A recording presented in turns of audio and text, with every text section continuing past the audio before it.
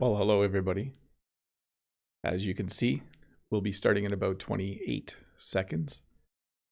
Let me just do a few checks here and then we will get the English question and answer lesson started.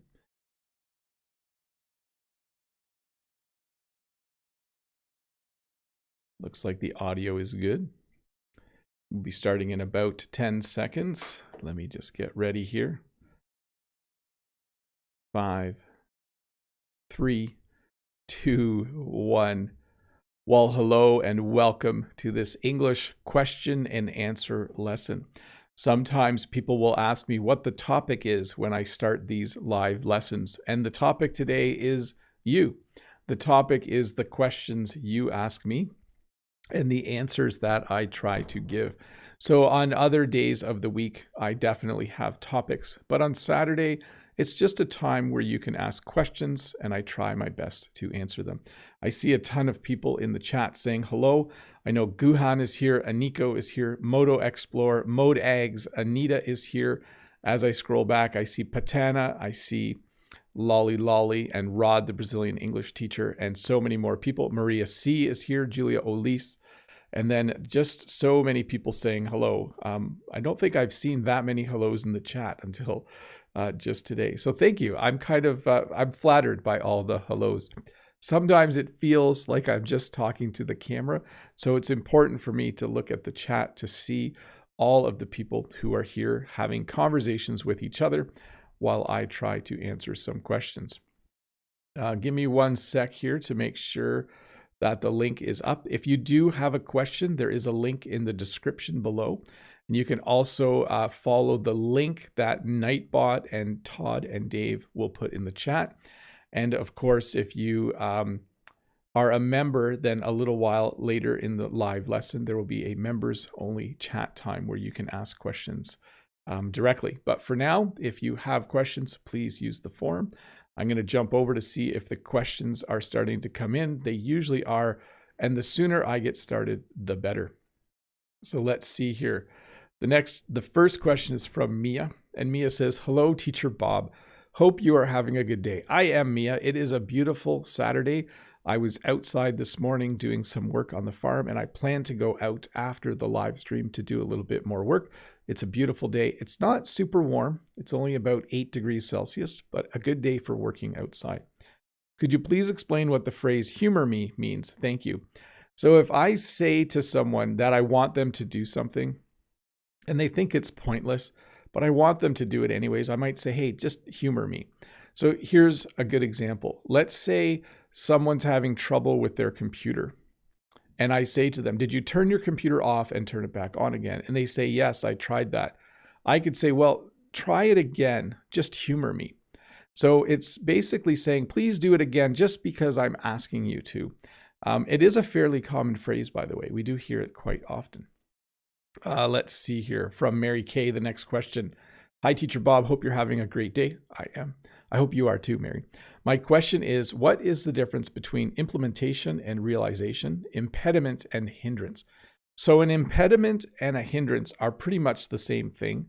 They're things that make it difficult for you to make progress or to go somewhere. Okay, if there were things on the road that I couldn't drive by, that would be a hindrance. That would be an impediment. It would be something that stops me from making progress.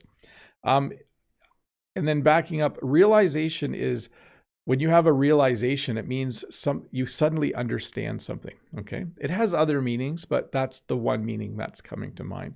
And implementation is when you have a plan and then you start the plan. So if your plan was to work out every day of the week and you're going to start on Monday, we would say that on Monday you are implementing the plan.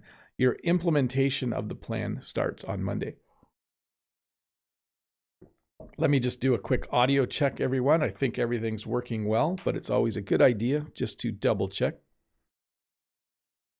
Looks like we got audio working great. Let me see if I can get the next question up on the screen.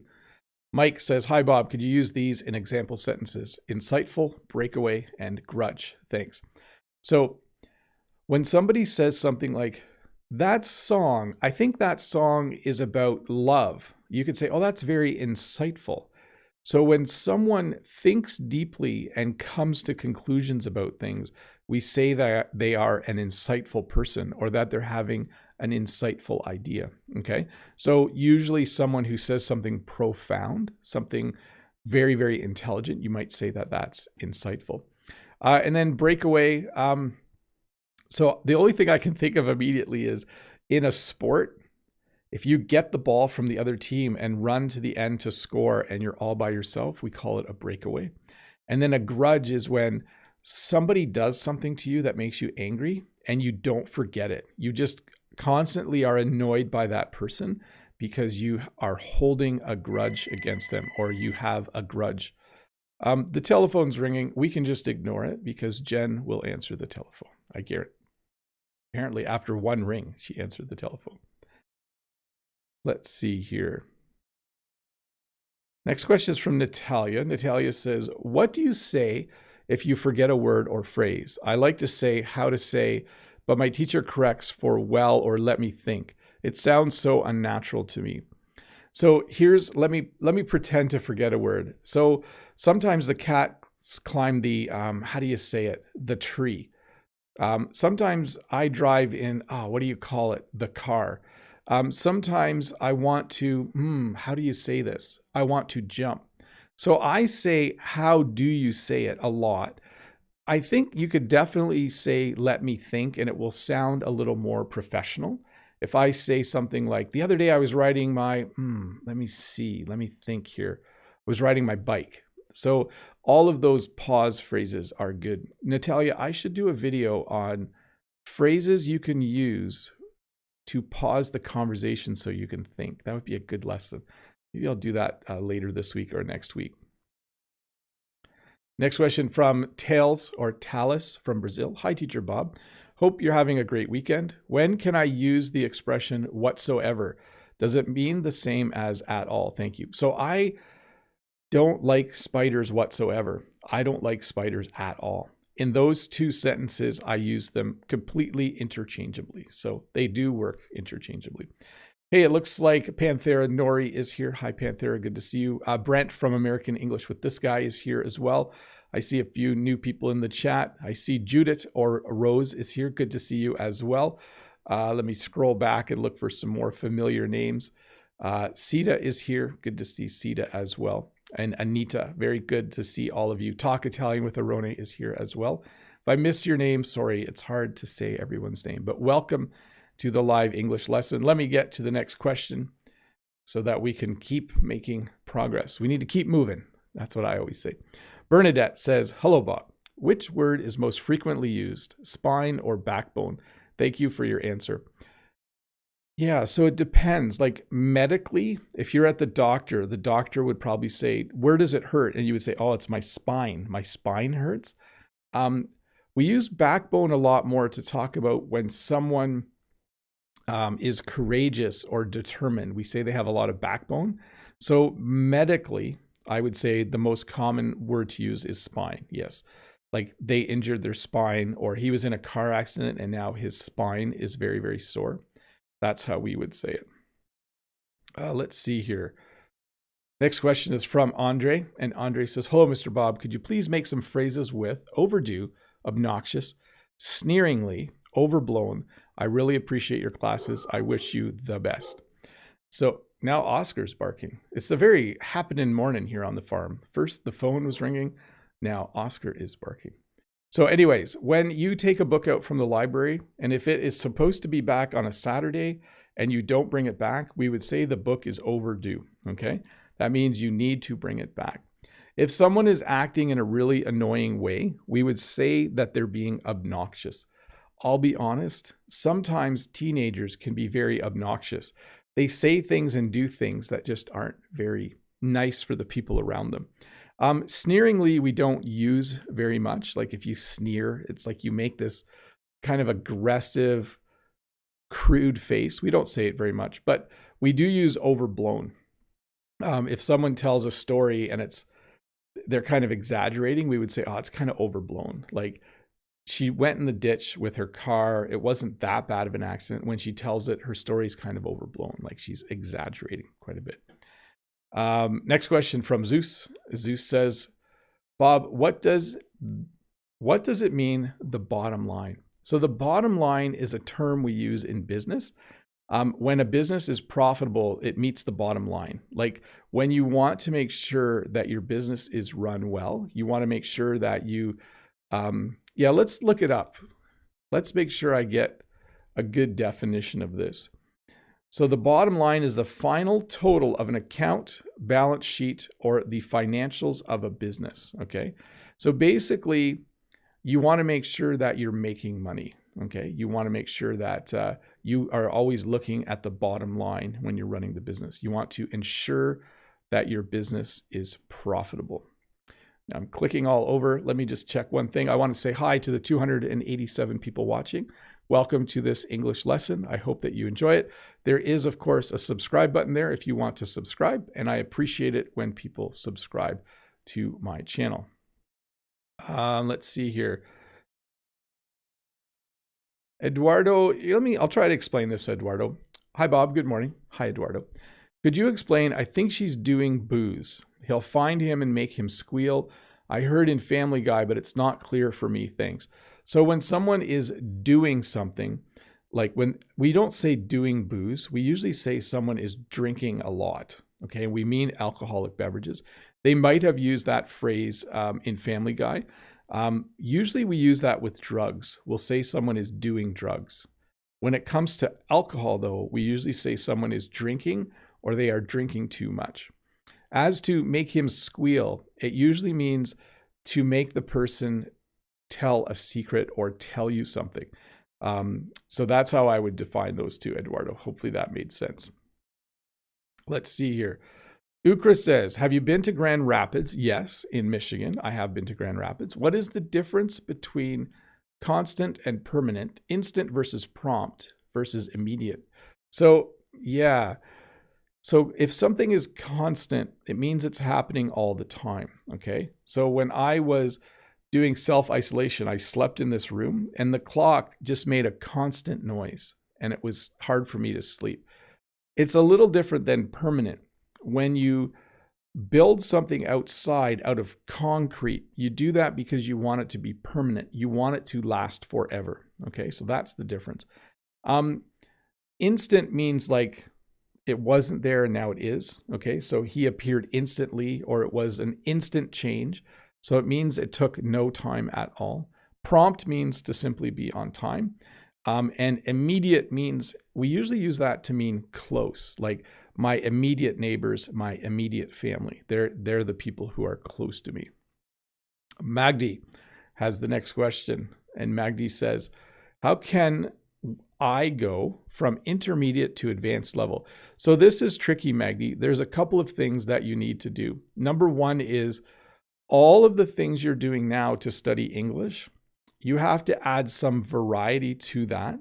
So if you're spending 30 minutes a week speaking English with someone on Skype, you should spend maybe more time, but you should also be speaking with another person as well. You need to add some variation.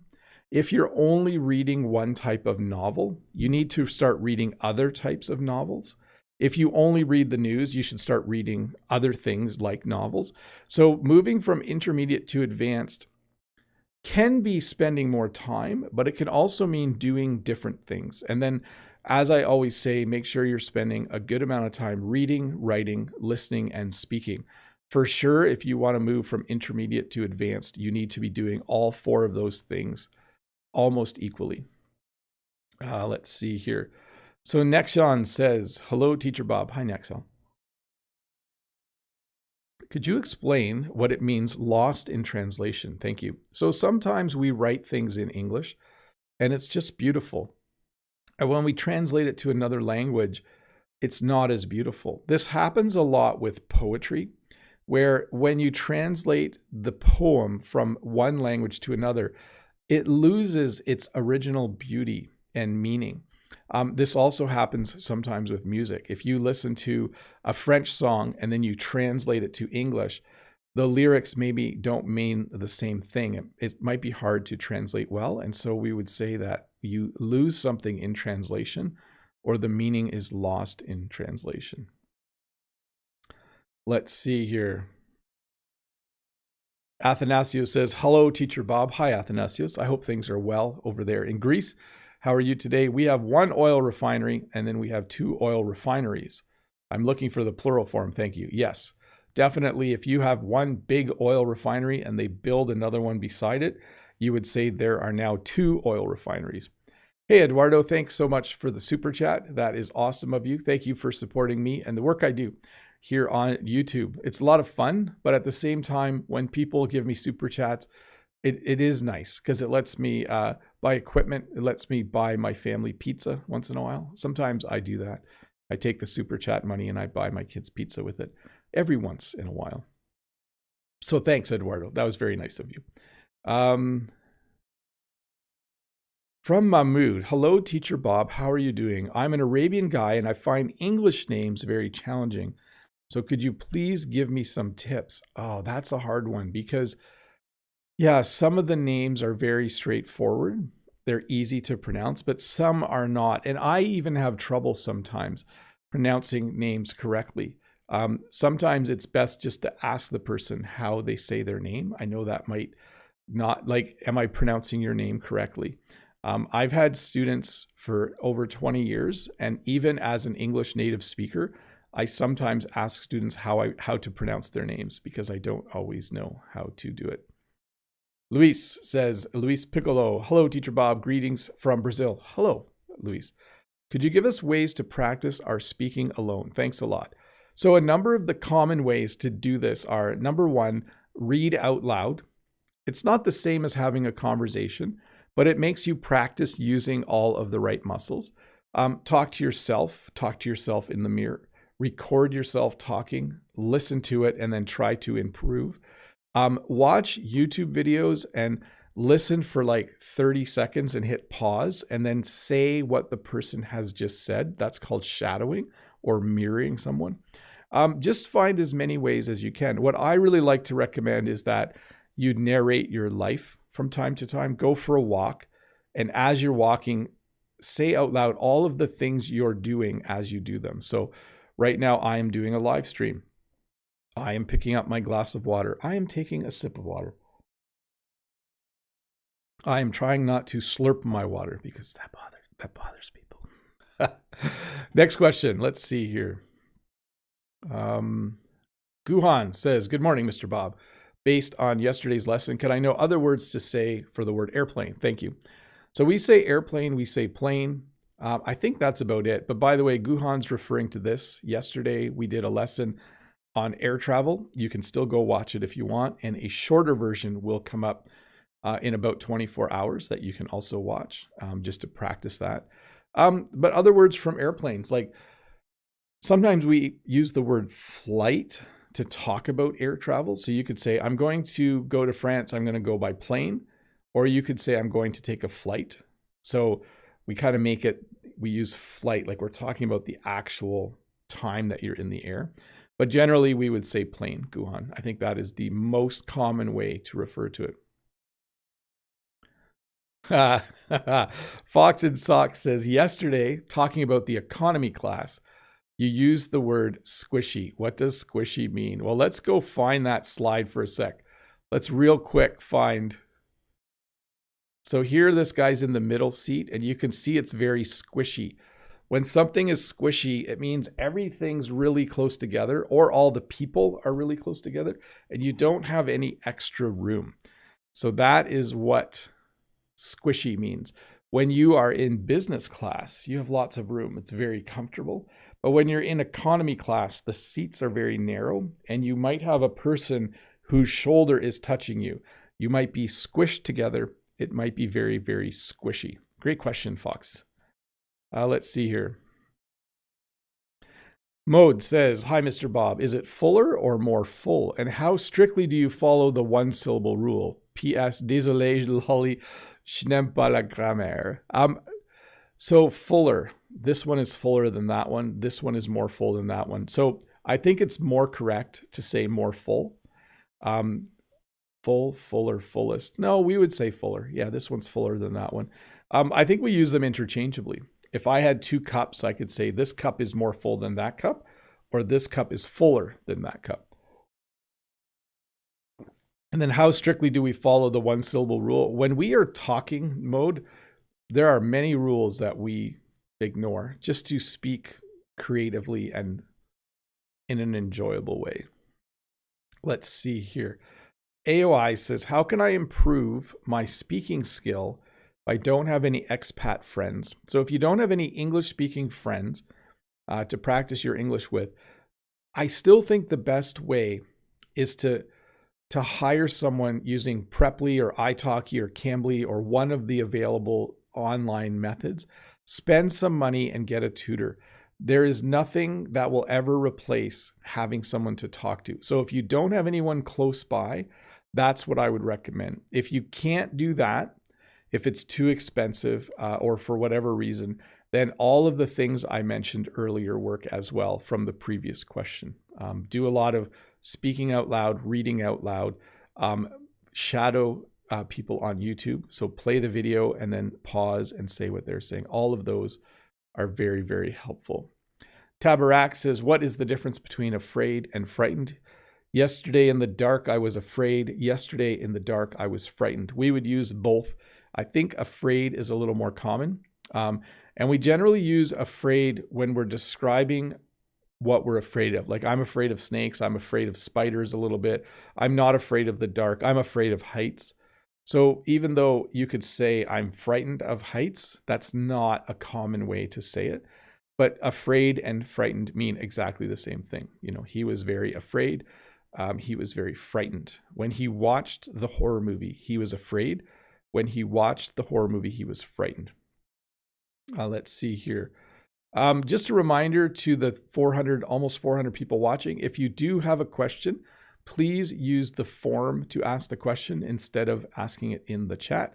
I am working my way through the form as quickly as possible, and we will get to the end, hopefully. We'll see. Next question from Byron from Nicaragua. Hi, Teacher Bob. I would like to know the difference between debris and wreckage. Thanks. Have a nice day. When a plane crashes, there's a lot of debris on the ground. There is a lot of wreckage. They mean almost the same thing. In my mind, my definition, debris would be like things like small pieces of like paper and plastic and people's luggage and things that broke. And wreckage would be like bigger pieces of the plane. It's not a perfect definition. You can definitely say they are the same word. But in my mind, there might be a slight difference in terms of size. But when there is a plane crash, there's usually a lot of debris and there's usually a lot of wreckage. I would use both words interchangeably. Let's see here. Next question from Ruslan, and it's not a question. Ruslan says, hi, dear Teacher Bob. No question today, sir. Your lessons are wonderful. You are such a nice and positive man. Best wishes. Well, thanks, Ruslan. I'm becoming a nice, positive man. The older I get, the nicer I am and the more positive I am. I think that's how life works, though. As you get older, you value different things more. And hopefully I don't become a crotchety old man. A crotchety old man is a man that's angry all the time. Let's see here. Next question from Margo. Hi, Teacher Bob. In Europe, many people take compulsory vaccination as a violation of their rights, prompted by pharmacological business. Any similar controversies in Canada? So I think uptake of the vaccine, when you talk about how many people are getting it, we say uptake.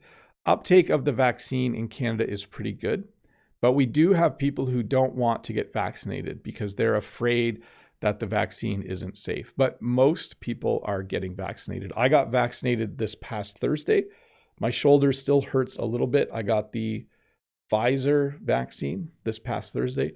All teachers in my part of Ontario, Canada could get vaccinated. So I got vaccinated. I'm pretty happy about that. And then I think my second shot is early in the summer, sometime around then. But yes, there is some vaccine hesitancy. That's the term we use in English. If people are worried about getting the vaccine, we say that they have vaccine hesitancy. When you are hesitant about something, it means you're not sure you want to do it. Let's see here. Aliso says, hi, Teacher Bob. Can you tell us the difference between buy, order, and purchase. So I sometimes go and buy groceries. Sometimes I purchase groceries. Buy is a more familiar way to talk about when you give money to get something.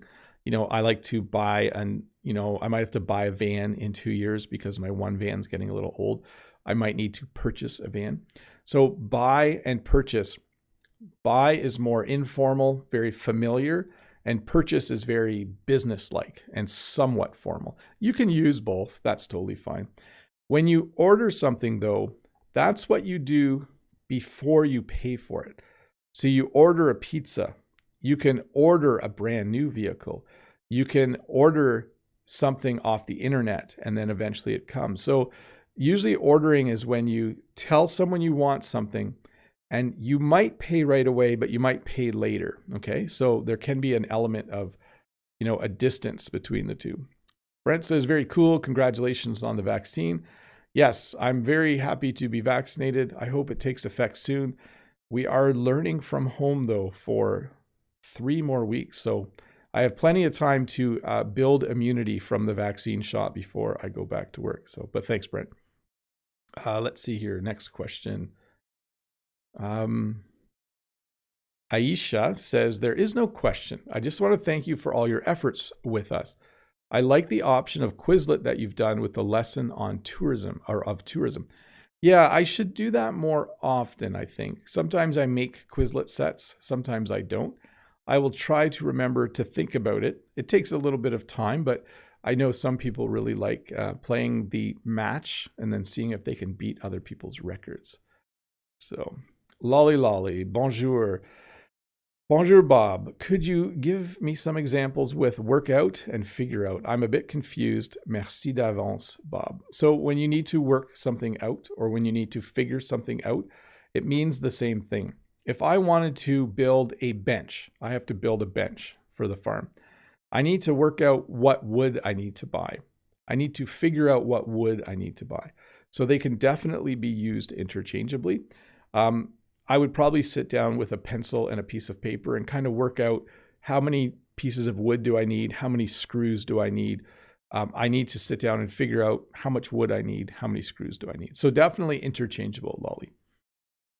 Let's see here. Ty says, hi, Bob. I'm late. My bad. I have a question. How many sons do you have? I have 3 sons. That's the answer to that question. 5 kids total. Now you'll have to figure out the rest of the makeup of the family. Next question from Yaroslav.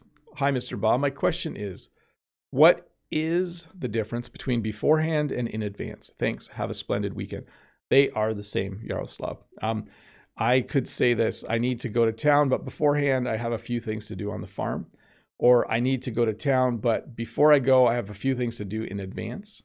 I might use in advance at the end of the sentence.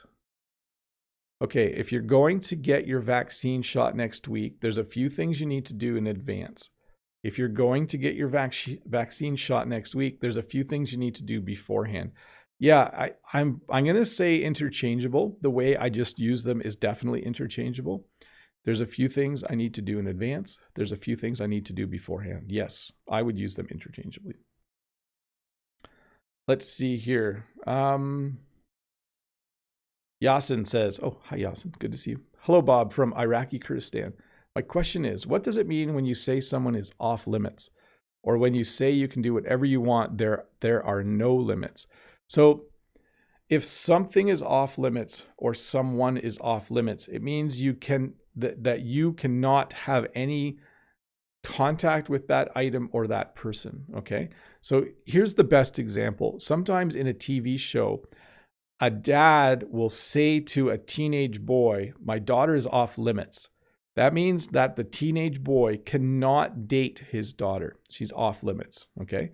So when you say someone is off limits, it usually means like someone who's in charge or in authority of the person is saying that another person can't see them romantically. It doesn't always mean that, but it certainly means that. Let me think of another example. If you had a soccer team and you had 30 really good players and another team wanted to trade to get one of your players, you could say, okay, you can pick anyone, but these 5 players are off limits. That means you're not allowed to pick those players.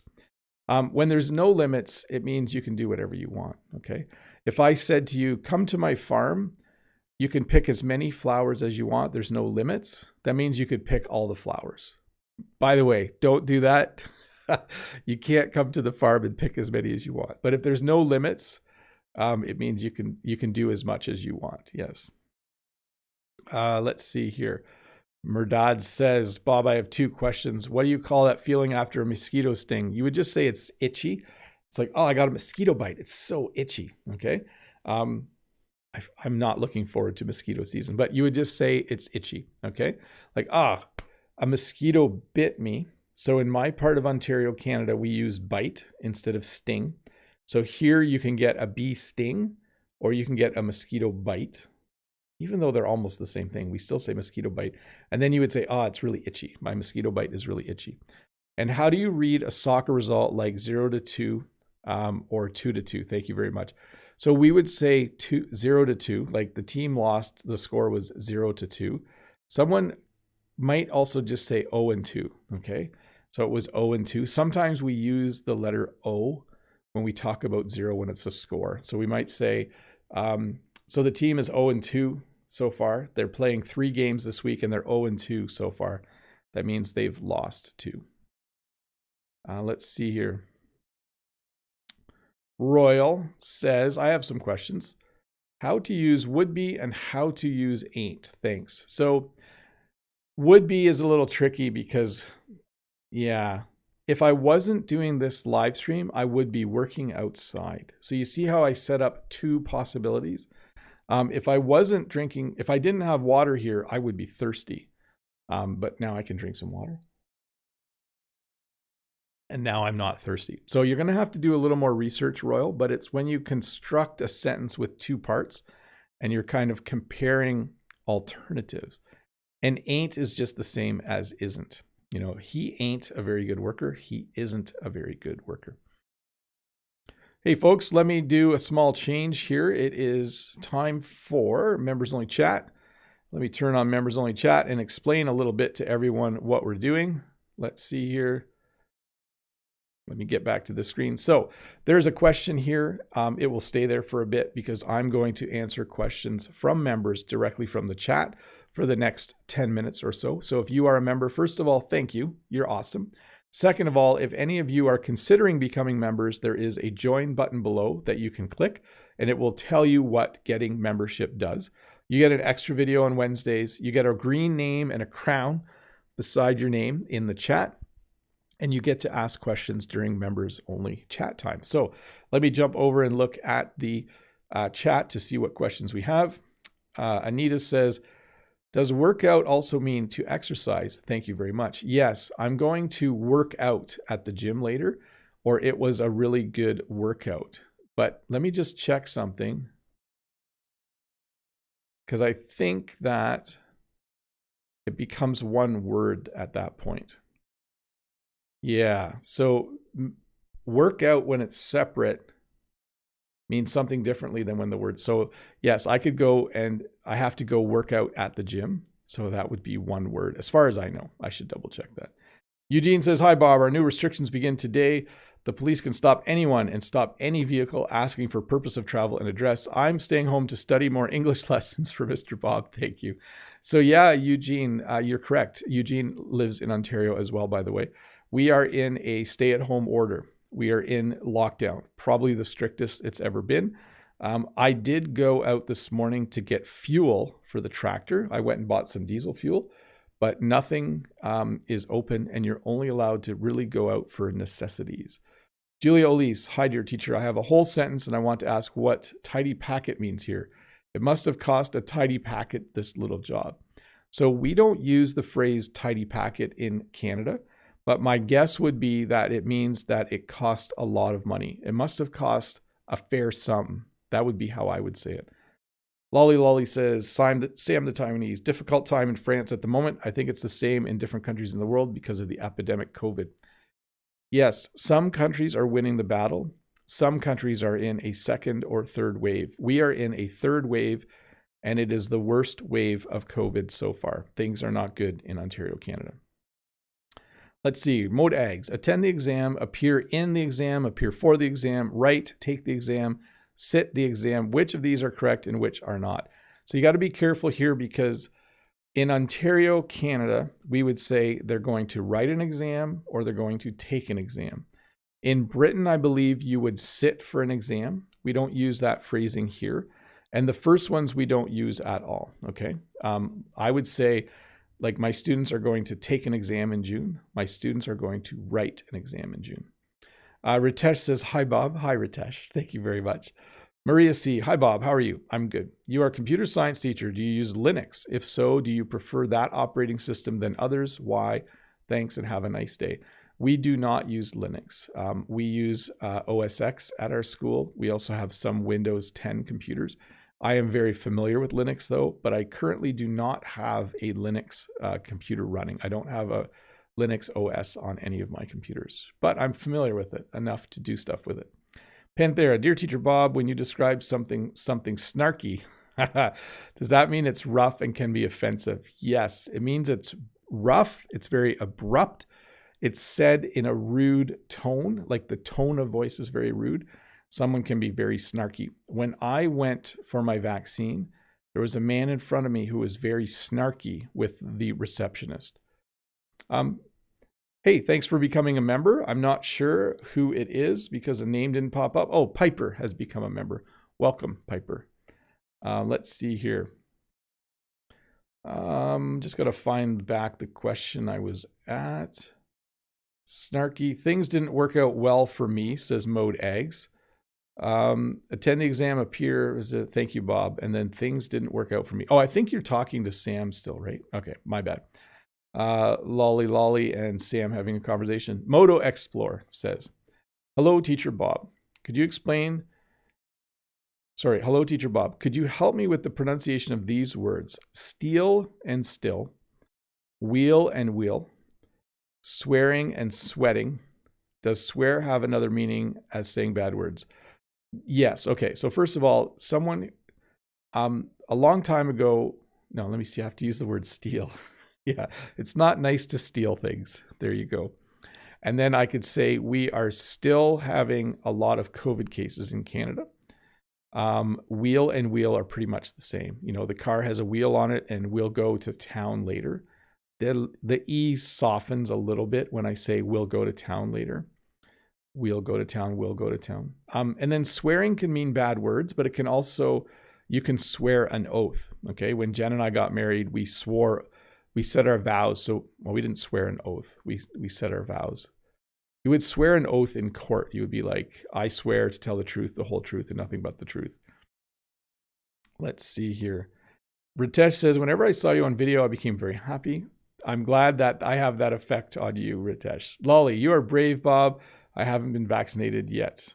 Yeah, you know, I just want this to be over. Any way to make this over sooner is the way to go. Let's see here. Many of my Ontario friends are now fed up with the lockdown. Yes, Brent. They are trying to enforce the lockdown because our intensive care units are full. We are at capacity.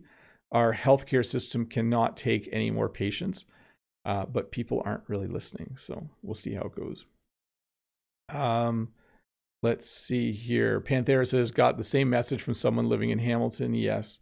Sam says, hello, teacher Bob. Have you heard of cram school? I was chatting with my American friend early today, and I was shocked that she told me cram school doesn't exist in the States. So I'm familiar with the term to cram. Sometimes my students will cram for an exam. That means they try to, let's say they should study 10 hours. They just study for 1. So they cram for the exam. They do all their studying in a short period of time. Brent says tidy packet and pretty penny. Yeah, I think that might mean the same thing. And then Ritesh says how to say I'm not getting you. So when I don't understand someone, I could say I don't get it or I'm not getting you. And it means I don't understand. Julia Elise, thank you, teacher. May I ask if people can go to your farm in normal time and pick the bouquet themselves? So Julia, we do have that later in the season. We've used to do it a long time ago, and we will probably do more of it later this year, but usually it'll probably be in August. Brent says, Nori, some of my friends all want to go out at the same time, so they can't be fined, like a protest. Yeah, there's been protests as well. There was a big one last week. So, Maria C, we're in the second or third wave in Argentina too.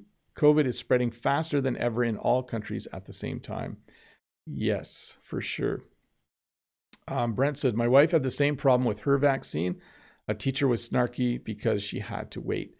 Yes, teachers are funny people. That's all I'll say. I think Brent will understand what I mean by that. Teachers are human beings, and all the emotions that other people have, teachers have as well. Panthera, dear teacher Bob, saying aspire to be means the same as to strive for something. Little fix there, okay? Thrive means to be full of life and healthy. So when kids thrive, they're happy, they're growing, they're healthy. But strive is the word you wanted there. So to strive for something and to aspire to be something are the same thing. Brent says teachers can be the worst. Yeah, I was trying to say it nicely, but that's exactly what I meant. When teachers are in charge, they're just awesome.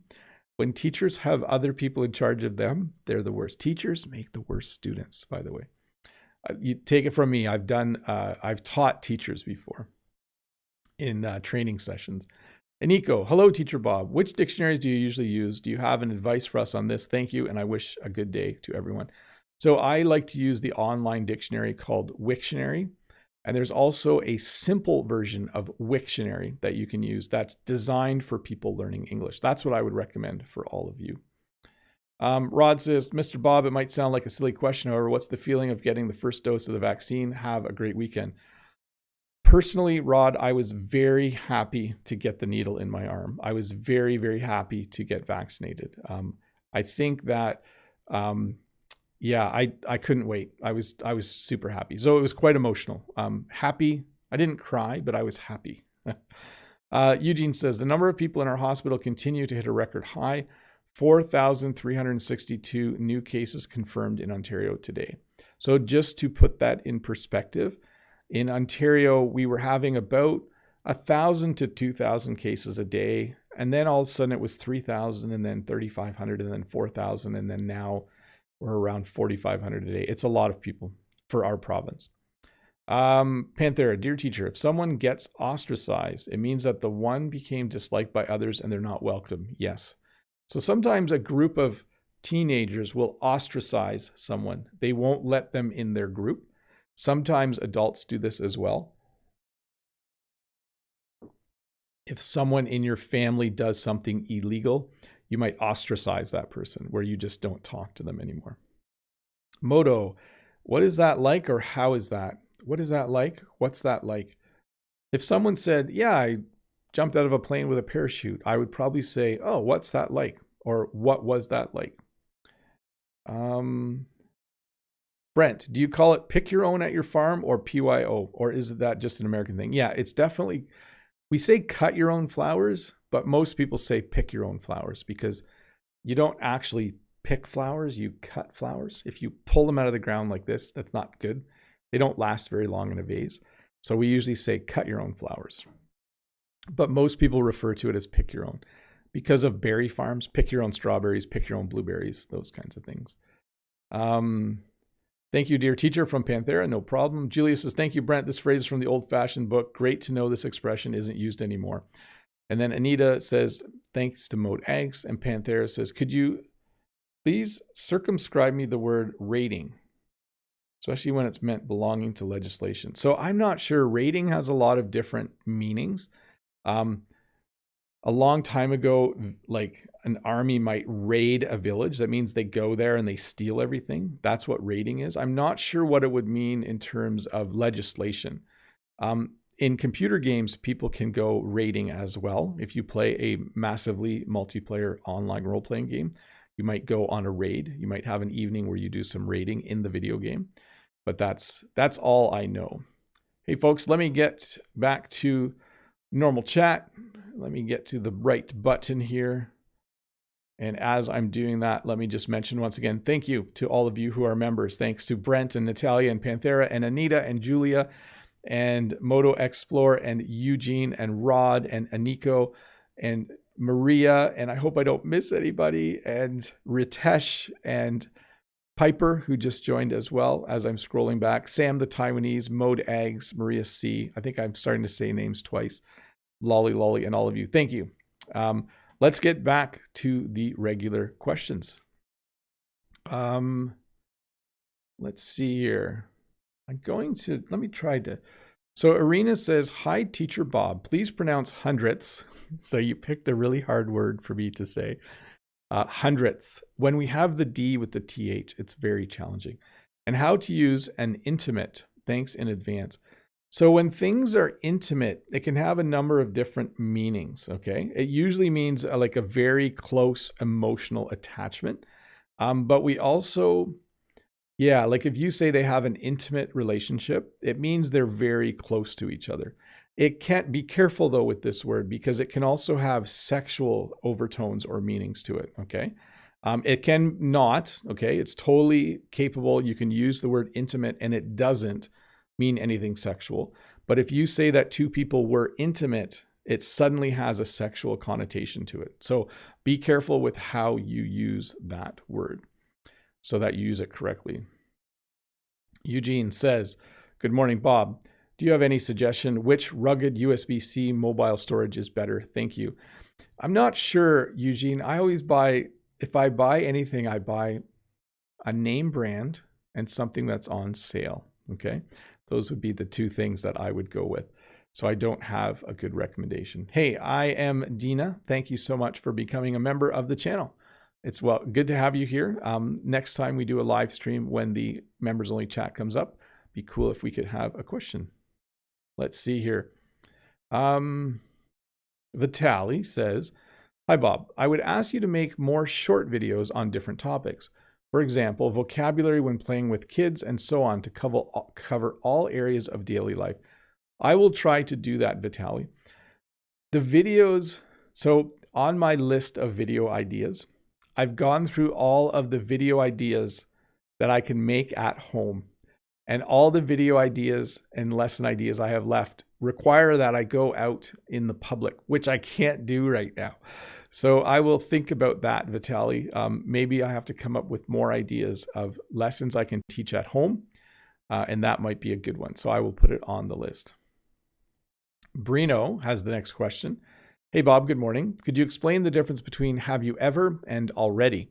Because I often confuse this and I use did you already, but it's wrong, I think. No, not necessarily. There is a slight difference, okay? Have you ever, let's see, I'm trying to think. Have you ever eaten a hamburger? You're basically saying to the person, have you had that experience in your life? And the person could respond by saying, yes, I had a hamburger when I visited America. Sorry, this is a bad example. But did you already has the expectation that someone was going to do something and you're just checking to see if they did it, okay? So later today I could say to Jen, did you already mow the lawn? Both of us know the lawn needs to be mowed today. I'm just asking if she's done it already. So have you ever is just checking if someone's like, have you ever played Age of Empires? Have you ever played football? Have you ever eaten a hot dog? You're asking if they've ever done something. Okay. Have you ever been to Scotland? Have you ever been to China? But when you say, did you already, it's usually something that's fairly routine. Did you already get the mail? Did you already go for a walk today? So it's something you already know the person does regularly and you're just checking if they did it. I hope that made some sense. That was a great question, by the way. Enrique, is there a difference between years ago or years back? Years ago, I had long hair. Years back, I had long hair. I would use years ago more regularly, but they are both correct. And I've heard both for sure. Let's see here. Annie Tran says, there are so many phrases in English. Yes, sorry about that. Do you have any tips to remember the phrases easier? Thank you so much. Hope you are doing well. The only way to remember things in a language is to either repeat it a number of times artificially, like write it out a whole bunch of times, say it out loud 20 times. That's one method to memorize. The other way is to just use it in an actual conversation 2 or 3 times right after you learn it. Both of those are good for learning things. Using something in a conversation after you learn it is probably the best way to learn something. Ritesh, how to respond? What's up? If someone says, hey, Bob, what's up? I usually say not much, probably 99% of the time. Hey, Bob, what's up? Not much. Hey, Bob, what's up? Not a whole lot. If I don't say not much, I might actually say what I'm doing. So if Jen said to me later today, well, Jen doesn't say what's up. Let's say I'm going to work and someone said, hey, Bob, what's up? I can say, oh, not much. I'm just on my way to the photocopier. So you might actually describe what you're doing. But I would say for me, most of the time I say not much. Yes, it's very, very common. Cecilia says, hello, Bob. I love your room style. Do you like minimalist, the minimalist aesthetic? Thank you. Yes, all of the stuff in my room is on the other side of the camera, and I try to keep the back as empty as possible. And then I just have a nice set of old doors. They're called French doors, and a chair from IKEA. I try to keep things simple in here so that I don't want anything to distract you. That's behind me. But it is off camera. It's a little bit messy. Here, I'll give you a bigger look. So you can see there is a little bit of mess over there. And then there's the piano that my kids play. And I'm really cheap. I need a new file cabinet because this one's gone out of style, but I'm too cheap. I'm going to keep this old one. So anyways, a little bit of a bigger look at the room. Next question from Samreen. What is the idiomatic expression make good? If I do something to someone and it costs them money or hurts them in some way emotionally, I might make good. That means to make reparations. That means to make things better. Okay. You can say, look, I'm going to make good. I know I didn't get you a present for your birthday, but I'm going to make good. I'm going to make it up to you would be another way to say it. For sure.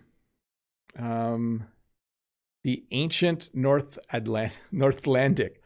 Sir, I teach English at a secondary school. Could you tell the best ways to teach English to teenagers? Thanks a lot. Well, teenagers are very unique. And one of the windows into their lives is through music and through television. They don't watch a lot of television though, so it's probably best to look at Netflix. But I would say, if appropriate, bring music they like and bring television shows they like and movies they like into the classroom as much as possible so that they stay interested. This does require that you yourself stay current. You need to understand what students like. Something that you think is cool from 5 years ago, in their minds, it's like 30 years old. Okay. So teenagers have their own culture and you need to understand a little bit of it and bring that into the classroom as much as possible. Some things that you think are cool aren't cool. So you gotta, it's good to have them do their own projects. Tell them to research their favorite English song and present it to class. And then you yourself have a new song you can add to your curriculum. Geraldo says, hello, or hi, Teacher Bob. Can you tell us the difference between thanks in advance and thanks before thanks? We generally say thanks in advance. Like, hey, could you photocopy this test for me? Thanks in advance. So basically you're saying thanks before the job is done. Dimitri says, Mr. Bob, I really like your pronunciation. I should thank my parents for that. They taught me how to speak English. That's how all the English would speak. And I adore your videos with different meanings verbs. Can you do more of this? Yeah, I actually think this Tuesday's video might be a different meanings video. Don't quote me on that. I have to check my production list, but I think that's what I'm planning to do. Gui, hi Bob. How can I improve my listening? Well, that is the one thing that you can do more in every day than speaking or reading or writing, okay? You can practice your listening so much, so easily. You can listen to music. You can listen to audiobooks. You can listen to podcasts. You can find so many things to listen to. And you can probably listen to English 4 to 6 hours a day. You can listen while you cook a meal. You can listen while you're on the train. You can listen while you're driving your car. So I would just do this. Find music, find podcasts, find audio books, find audio versions of the news. Listen to the radio, like just turn on the radio and find an English station if there is one.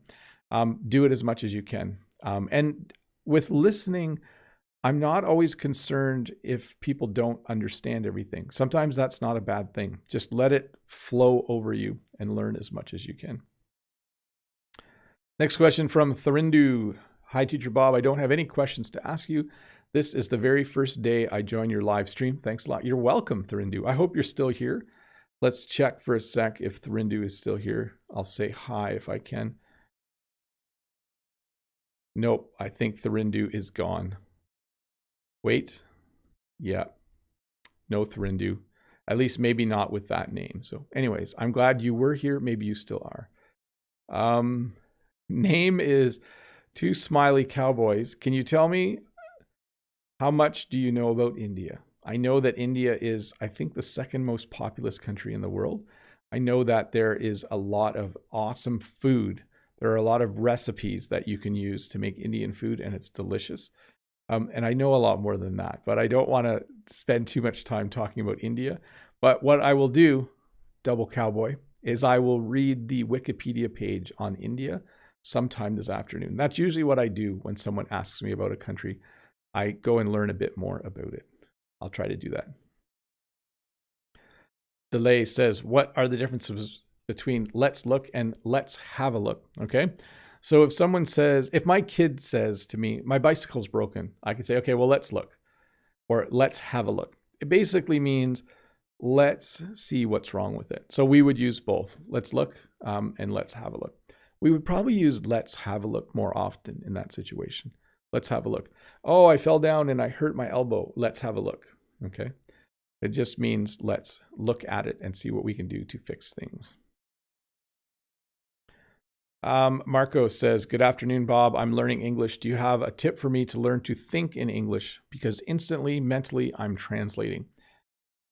So I'm trying to remember how I eventually just started thinking in French. And I think it happens, for me, it happened while I was watching a French television show every night for an hour for weeks on end. And then all of a sudden at one point, I didn't realize I was watching a show in French. And so that there's probably many things you can do to start thinking in English, but that's what worked for me when I was learning to think in French.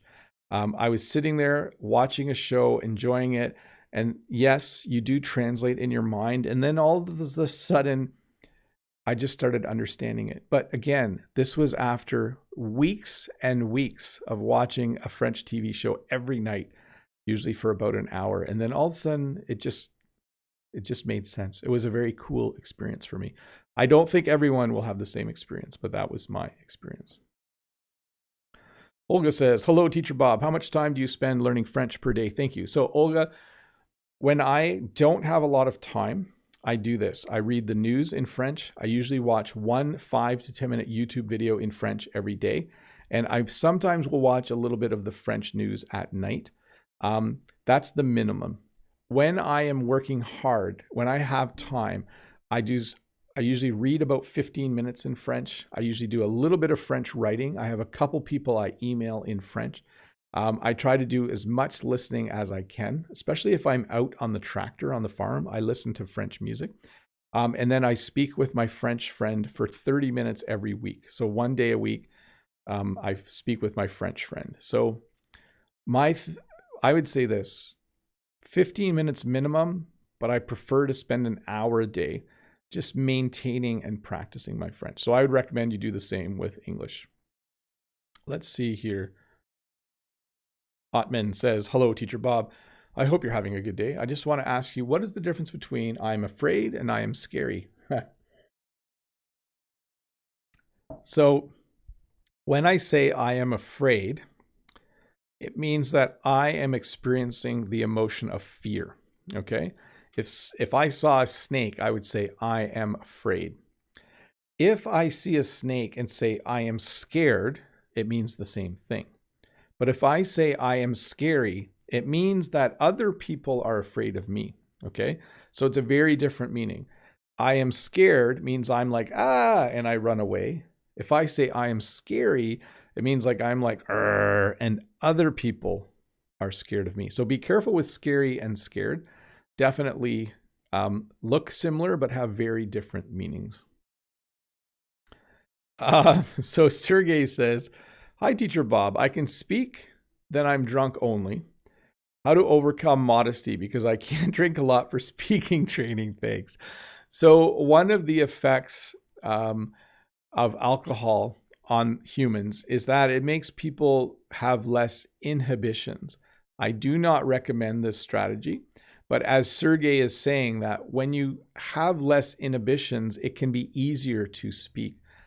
Sergey, I would recommend this. Save the alcoholic beverages for the weekend when you're out with friends or whatever you choose, and then try to have more conversations without doing something like that. The more you do it, the better. If you spend a lot of time speaking with people, it just gets easier. I know it sounds like very simple advice, but it is very, very true. Let me see here where I am. Yeah, I'm going to wrap it up, everyone.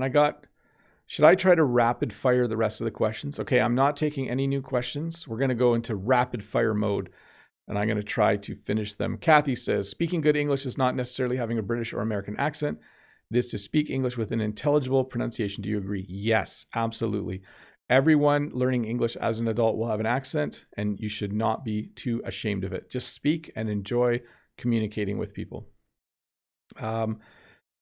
BJ Nova says, hello, Teacher Bob. Could you explain the difference between crease, wrinkles, and crumple when talking about clothes? Thank you. So a crease is a nice straight line that you form sometimes when you iron your clothes. Wrinkles are, this shirt actually has a few wrinkles because this shirt was crumpled in the corner. So it got wrinkles. Wrinkles are lines that go in all different directions. Dieter says, hi, Mr. Bob.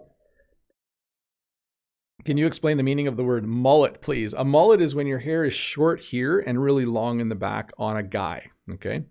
I saw it in Guy Ritchie's movie Snatch, thanks in advance. Yes, so long hair in the back. I forget what they say, something about formal in the front, party in the back. I don't know, maybe Brent remembers the phrase about a mullet, but short hair in the front and long in the back is a mullet. Let me just check something, folks.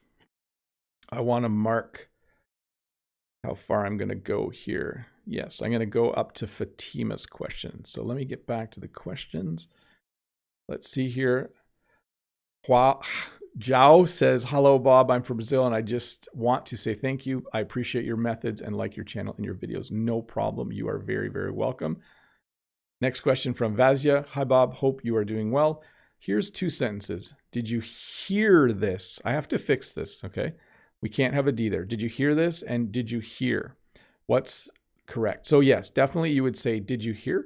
Did you hear Joe had an accident? He drove his car in the ditch. That's always my example, isn't it? Did you hear? Did you hear? Emery says, hello, Bob. How's it going? Good today. Why French is spoken in Montreal? Nobody knows English. So Montreal is a bilingual city. It has areas where people primarily speak French and areas where many people speak English. So it will depend on what side of the city or what part of the city you are in. In Quebec City, more people speak French, but in Montreal, you will probably be able to find French-speaking neighborhoods and English-speaking neighborhoods. Next from Antonio. Hello, dear Honorable Mr. Bob. You know, that makes me smile when people say that. I just wanted to thank you for all the effort and dedication you've put into your videos. You're a wonderful person. Well, you're welcome, Antonio. Thank you for those kind words. Mustafa, are you fasting, Mr. Bob? I am not fasting. It is my understanding that Ramadan started earlier this week. I'm just, when I'm looking at the calendar here, yes, so I am not fasting, but I know many of my viewers are. So I wish you all the best as you practice that. That's very cool. Let's see here. Mohammed says, Merhaba Bob, is there a way to speak almost like a native speaker? Would you say Yusef? So you can get pretty close to speaking like a native speaker, but you need to live in an English-speaking country, I think, to do that. I think that's challenging to do when you are learning online only. Next question from Lena. Hello, hope everything is doing great. What is the difference between I'm lonely and I'm alone? Thank you. So I can be with people and still be lonely. If I say I'm lonely, I'm experiencing the emotion. Okay, I'm lonely right now. Well, when you say I'm alone, it simply means there's no one else around you. Let me just double check where I am. Again, I'm not taking any new questions. I have a few more to go and we will wrap this up. Next question from Natalie. I would like to ask, what do you say as a greeting, for example, to a shop assistant or a teacher? I heard you can use hello, but that's quite disrespectful in my country. You would say hello. You would say hello and then Mr. and then their last name. That would be what most high school students do. So if your teacher's name was Mr. Smith, you would say, hello, Mr. Smith. That's what you would say when you walked in the classroom. Anita says, hi, Teacher Bob. When you use the word folks, what does it really mean? Is it meant like unknown people in general or friends like people you know and care about? Thanks. So this is something I use as a teacher, and it's something I use in my live streams as well. When I say, I'm losing my voice. When I say, okay, folks, we got one more minute. I don't want to say guys, because even though guys refers to guys and girls, it doesn't sound great. So I use folks as a gender neutral way to refer to all the people who are watching. Let's see here. Prashant says, good morning, Mr. Bob. What is the meaning of put up, pile up, look up? So when you put up with something, it means you tolerate it. So when my kids yell and scream, I just put up with it instead of getting angry. Sometimes I do get a little bit angry though, but dads do that sometimes. When you pile something up, you stack it. So you can pile up firewood, but there can also on the highway be a pile up when cars smash into each other. And when you look up, you can do that, or you can also in a book try to find something like, oh, I'll look up the meaning of this word. Let's see here. Betty, and then one more question. Hi, dear Bob, what's the difference between used and used to? Can you give me an example? I buy used Vans, and I used to eat sugar, but I don't anymore. So just a slight difference, okay? Used just is an adjective to say something isn't new. But used to is a verb construct that we use to say something that we did regularly that we don't do anymore. You can also say that you get used to something. When you get used to something, it becomes easy to do. Number 2, what does straightforward and ticked off mean? Straightforward means you say exactly what you think and you're honest. And ticked off means you are angry. Thank you as always. Have a good day. No problem. Fatima says, hi, Bob, can you explain the inverted sentence? So generally, I invert sentences when I'm asking a question. So if I say, you are cool, I'm making a statement. But if I invert, I say, are you cool? So I'm asking if you're a cool person. That's the quickest example that comes to mind. Sibanella, hi Bob, would you please explain what it means for something to be excruciating? It means to be difficult, painful, not pleasant. You know, when I had heart surgery, I had excruciating pain. So I had extreme pain. I can still feel it a little bit. Even though my heart's over here, my incision was on this side and they went through across. I had minimally invasive surgery, but it was an excruciating process. It was very, very painful. Let me see here. I think I'm going to, yep, 2 more questions and we're done. Here we go. Hikaru, how can I improve my writing? Do more of it. Have someone correct it for you. Quick answer right there. And then Valera says, hello, dear Bob. Have you already gotten the vaccine for COVID-19? Yes, I got it this past Thursday. In 10 to 14 days, I will have hopefully limited immunity. And then after I get my second shot, hopefully I have better immunity to this virus. Marwanto says, hi, Mr. Bob. Can you suggest something to me? Does another word have the same meaning as phenomenon? No, like he's a phenomenon. Yeah, not really. I don't think so. I would say no. Let's see here. And then let's see. I think there's only one question left. I should just answer it, shouldn't I? So Haiwan says, hello from Korea. I want to say thank you to you. Your videos are so helpful. I lived in Toronto until last year, so I feel more friendly. Haha, thank you. Stay safe. Well, thank you very much. And that's a good one to end on. By the way, you probably noticed for the last 9 minutes, I was speaking very quickly. I was just trying to get all the questions done. We did it. I answered all the questions that came in through the forum. So if you submitted a question, hopefully you got the answer that you wanted. If you didn't, you can always come back and watch parts of this video again tomorrow or the next day just to review the response that I gave. I do want to say thanks to Todd and Dave for being here and moderating the chat. And just shout outs to all of the regulars I see in the chat. Rod, Julia Olise, Panthera Nori.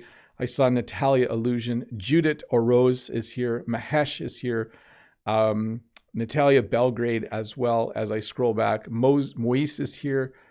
There was a question about having trouble pronouncing names in English. I have trouble pronouncing some of your names, and I apologize for that. But thank you so much for being here. Thanks for being English students. I hope you have a great Saturday, and I will see you Tuesday with a brand new lesson. And of course, next week, Friday morning, with a live lesson. By the way, last Sunday evening on my second channel, on Bob's Short English Lessons, I did a live stream where I played a game called GeoGuessr for about an hour. I might do that again tomorrow night. When I sit down to relax, I sometimes play video games, and I did it kind of as an English lesson, kind of as a let's play, kind of as a let's learn English thing. So that was on my second channel. Maybe I'll put give me a second here to put second. Nightbot should share a link in a moment to my second channel. So it's a game called GeoGuessr where it takes you to Street View on Google Maps and shows you things, and you have to guess what country you're in. It was a lot of fun. About 70 people came out. People in the chat would try to help me and tell me what country they thought I was in. I had a streak of 7, by the way. So anyways, look for that tomorrow night. I will share a link on the community page for this channel. That will be on my second channel. It was a lot of fun. If you weren't there, sorry. I know most of Europe and Russia wasn't able to come because of the time zones. But anyways, enough about that. Thanks for being here. Have a great day. I'm going to click the end button now. And I hope that you have a good Saturday and a good Sunday and a good weekend. And I hope that you are staying safe and trying to fight this COVID virus off. I really hope it's gone in 6 months, everybody, so life can go back to normal. Anyways, bye. Have a good day.